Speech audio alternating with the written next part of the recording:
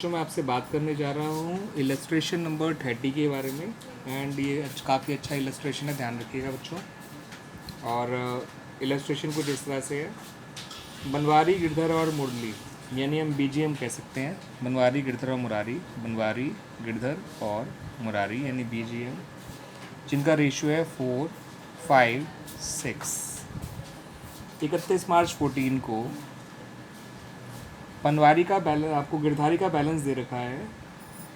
Sorry, Girdhari retire हो गया और कैपिटल अकाउंट बैलेंस जो है वो तीनों के दे रखे हैं, 2 लाख, 1 लाख और 50,000। यानी बनवारी का तो है 2 लाख, गिरधारी का है 1 लाख और मुरारी का है 50,000।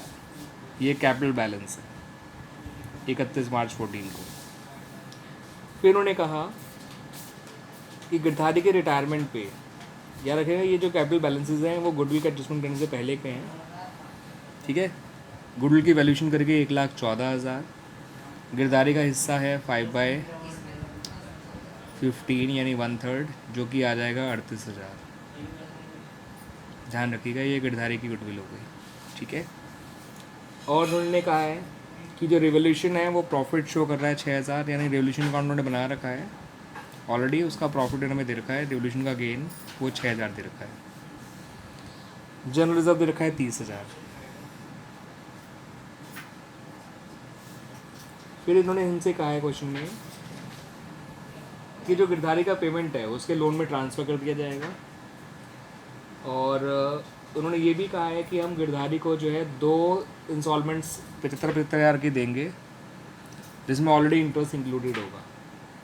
यानी याद रखिएगा, इंटरेस्ट इंक्लूड है इसमें 10% per annum वाला, यानी इंटरेस्ट इस बार उसको ऐड नहीं करना, ऑलरेडी एडिड होगा। शुरू के 2 दे रखे हैं आपको पेमेंट, यानी 31 मार्च 15 को जो किया जाएगा वो वाला, क्योंकि अगर वो 31 मार्च 14 को रिटायर हो रहा है तो 1 साल बाद 31 मार्च 15 ही आएगा। और 31 मार्च 16 को जो पे करेंगे वो भी दे रखा है। 31 मार्च 17 को क्या पे करेंगे ये हमें ढूंढना है, ठीक है। ये बिल्कुल इलस्ट्रेशन नंबर 28 जैसा है, बस में थोड़ा कम एक्स्ट्रा है, क्योंकि उन्होंने यहाँ पर वो गिरधारी का जो फाइनल बैलेंस है वो निकालना पड़ेगा जो लोन में जाएगा। उसके लिए पहले आपको गुडविल का ट्रीटमेंट करना पड़ेगा, रिवोल्यूशन का गेन की एंट्री करनी पड़ेगी, रिजर्व की एंट्री करनी पड़ेगी, ठीक है ना बच्चों। अब आपसे इस क्वेश्चन में कहा गया है कि आपको गिरधारी का लोन अकाउंट बनाना है जब तक वो फाइनली पे ऑफ नहीं हो जाता, और बाकी वर्किंग नोट क्लियरली शो करने हैं। तो देखिए, इसमें एंट्रीज़ बना देते हैं वर्किंग नोट में, और क्या क्या एंट्रीज़ बनेंगी समझिएगा। अब जैसे गिरधारी रिटायर हो गया, उसके हिस्से को लड़ते से आ रहा है, नया रेशियो कुछ नहीं दे रखा, तो नया रेशियो 2:3 हो जाएगा, देख सकते हैं आप, ठीक है बच्चों। तो गेनिंग रेशियो भी आपका 2:3 हो जाएगा, ए और बी और एम का, बनवारी और मुरारी का गेनिंग रेशियो 2:3। 38,000 से गिरधारी क्रेडिट हो जाएगा, बनवारी और मुरारी जो है वो डेबिट हो जाएंगे, गिरधारी क्रेडिट हो जाएगा। यहाँ पर हमें रिटायरिंग पार्टनर गुडविल का यूज़ कर लीजिए, बिकॉज गेन आपके पास नहीं है, गेनिंग रेशियो है। तो गेनिंग रेशियो तो रिटायरिंग पार्टनर गुडविल का यूज़ करिए। 38,000 को 2:3 के रेशियो में बांट दीजिए। 7,600 आता है जो 5 से डिवाइड करेंगे, इंटू 2 करोगे तो 15,200 हो जाएगा, और 22,800 हो जाएगा। ये गुडविल का ट्रीटमेंट हो गया। रिज़र्व बांटना है तो reserve debit to Banwari, to Girdhari, to Murari, ठीक है बच्चों। तो जनरल रिजर्व है आपका, इस क्वेश्चन जो दिया हुआ है वो है 1 लाख, सॉरी जनरल रिजर्व था आपका 30,000। 30,000 को 4, 5, 6 के रेशियो में बांट देंगे, यानी 15,000 से 15 से डिवाइड कर देंगे, 2,000 इंटू 4 8,000 इंटू 5 10,000 इंटू 6 12,000। फिर रिवोल्यूशन का गेन बांटना है तो revolution debit to Banwari, to Girdhari, to Murari. Revolution का गेन है 6,000। 6,000 को डिवाइड करोगे 1500 से तो आपका 400 आ जाएगा। 15 से डिवाइड करोगे 400, 400 इंटू 4 1600, 400 इंटू 5 2,000 और 400 इंटू 6 2400। फिर गिरधारी का पैसा उसके लोन में ट्रांसफ़र करना है, तो Girdhari is capital account debit to Girdhari is loan account. ये बैलेंस कैसे आया समझ दीजिएगा बच्चों। 1 लाख उसका बैलेंस था पहले का इन सब कामों के, 38,000 उसको गुडविल के दिए गए, 1/38 हो गया, 10,000 उसको रिजर्व के दिए गए, और 2,000 रिवोल्यूशन का प्रॉफिट दिया गया। ये सब जोड़कर हो गया 1.5 लाख रुपये। ठीक है बच्चों, तो उसको 1.5 लाख दिया जाना है। अब उस पर वो टेबल बना लेते हैं ताकि फिर उसका लोन अकाउंट आसानी से बन जाएगा। पहला 1.5 लाख उसका आउटस्टैंडिंग अमाउंट, 10% इंटरेस्ट निकालना है, तो पहले साल का इंटरेस्ट आ जाएगा 15,000। पेमेंट 75,000 लिखेगा, इसमें ऑलरेडी इंटरेस्ट इंक्लूडेड है, यानी कि 60,000 प्रिंसिपल के रहे होंगे और 15,000 इंटरेस्ट के जो पेमेंट किया गया है। बैलेंस निकालना है तो ये प्लस करिए माइनस करिए, अगला बैलेंस आ जाएगा। एक पैसे में 75 गए तो 90,000 आ जाएगा। दूसरे साल का ओपनिंग आ गया, इसमें इंटरेस्ट निकालिए 9,000 आ जाएगा। पेमेंट 75 ही लिखिएगा क्योंकि इसमें ऑलरेडी लिखा है इंक्लूसिव ऑफ इंटरेस्ट, यानी कि इसमें 66,000 प्रिंसिपल के होंगे और 9,000 प्रिंसिपल इंटरेस्ट के होंगे, जस्ट समझने के लिए। ये प्लस करिए ये माइनस करिए, अगला बैलेंस आ जाएगा, वो आ जाएगा 24,000। इंटरेस्ट निकालिए 2,400 और पेमेंट करिए 26,400 क्योंकि आपको बैलेंस ज़ीरो दिखाना है। ठीक है, तो 24,000 प्लस 2 26,400, 26,400 माइनस कर देंगे। यही वो अमाउंट है जो तीसरा पेमेंट आपको ढूंढ के निकालना था, यानी ये इस क्वेश्चन मार्क का हमें जवाब मिल गया। अब आ जाइए गिरधारी के अकाउंट पे। 31 मार्च 14 को वो रिटायर हुआ था।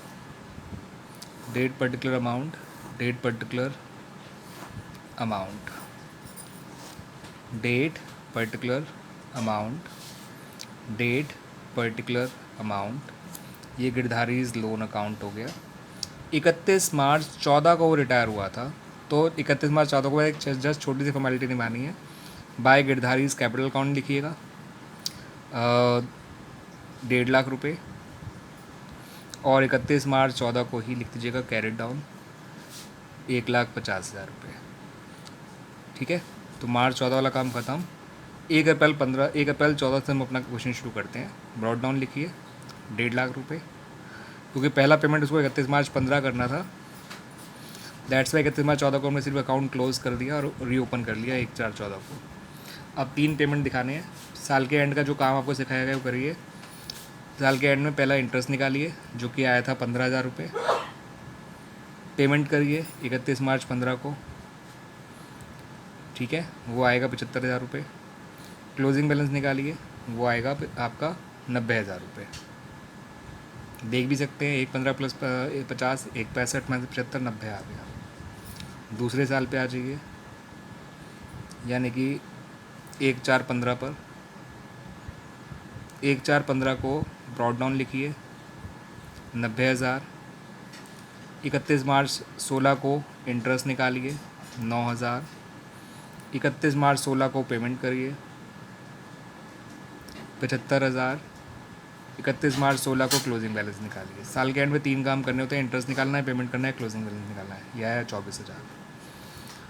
अब आ जाइए 1/4/16 पर बैलेंस ब्रॉड डाउन लिखिए 24,000।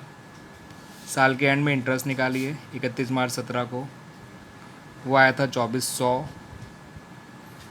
ठीक है ना बच्चों, वो आया था 2,400 और पेमेंट करना है 31 मार्च 17 को, वो आएगा 26,400। और क्लोजिंग बैलेंस तो बचता ही नहीं लास्ट ईयर में, आप जानते ही हैं। देख लीजिए दोबारा ढंग से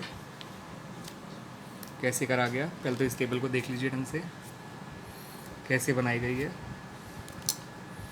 1.5 लाख पहले साल का इंटरेस्ट प्लस किया, पेमेंट माइनस किया, पेमेंट में ऑलरेडी इंटरेस्ट इंक्लूडेड था। ठीक है ना, बचा 90, इंटरेस्ट निकाला, पेमेंट माइनस किया 75, उसमें ऑलरेडी इंटरेस्ट इंक्लूडेड था, तो 66 और 9। हाँ, एक चीज़ और देख लीजिएगा, ये 26,400 में 24 प्रिंसिपल के होंगे और 2,400 इंटरेस्ट के, तो 60 प्लस 66 126 और 24 150, तीनों प्रिंसिपल देख लीजिए जोड़ के 150 आ गया। ठीक है ना, तो इलस्ट्रेशन 30 जस्ट लाइक इलस्ट्रेशन 28, जहाँ पे इंस्टॉलमेंट में ऑलरेडी इंटरेस्ट इंक्लूडेड है और आखिरी इंस्टॉलमेंट आपको खुद ढूंढनी है, आसानी से निकल जाती है। बैलेंस निकालने का तरीका समझ लीजिए, इंटरेस्ट जोड़ा, पेमेंट माइनस किया, अगला बैलेंस आ गया। इंटरेस्ट जोड़ा, पेमेंट माइनस किया, अगला बैलेंस आ गया। इंटरेस्ट जोड़ा, पेमेंट माइनस किया, अगले बैलेंस जरूरत नहीं पड़ेगी क्योंकि जीरो आ गया। अकाउंट में मैंने मार्च 14 को सिर्फ अकाउंट वो कैपिटल बाय जीज कैपिटल और क्लोजिंग कर दिया उसको। मेन शुरुआत है मैंने 1 अप्रैल 14 से करी। ओपनिंग बैलेंस लिखा 1.5 लाख। साल के एंड में 3 काम जो करते हैं वो करे, इंटरेस्ट निकाला, पेमेंट किया, क्लोजिंग बैलेंस निकाला, ओपनिंग बैलेंस आ गया। फिर अगले साल मार्च 16 में इंटरेस्ट निकाला, पेमेंट किया, क्लोजिंग बैलेंस निकाल लिया। ठीक है ना, फिर मार्च 17 में इंटरेस्ट निकाला और पेमेंट किया, काम ख़त्म हो गया। इस तरह से हमारा ये क्वेश्चन ख़त्म हो गया बच्चों।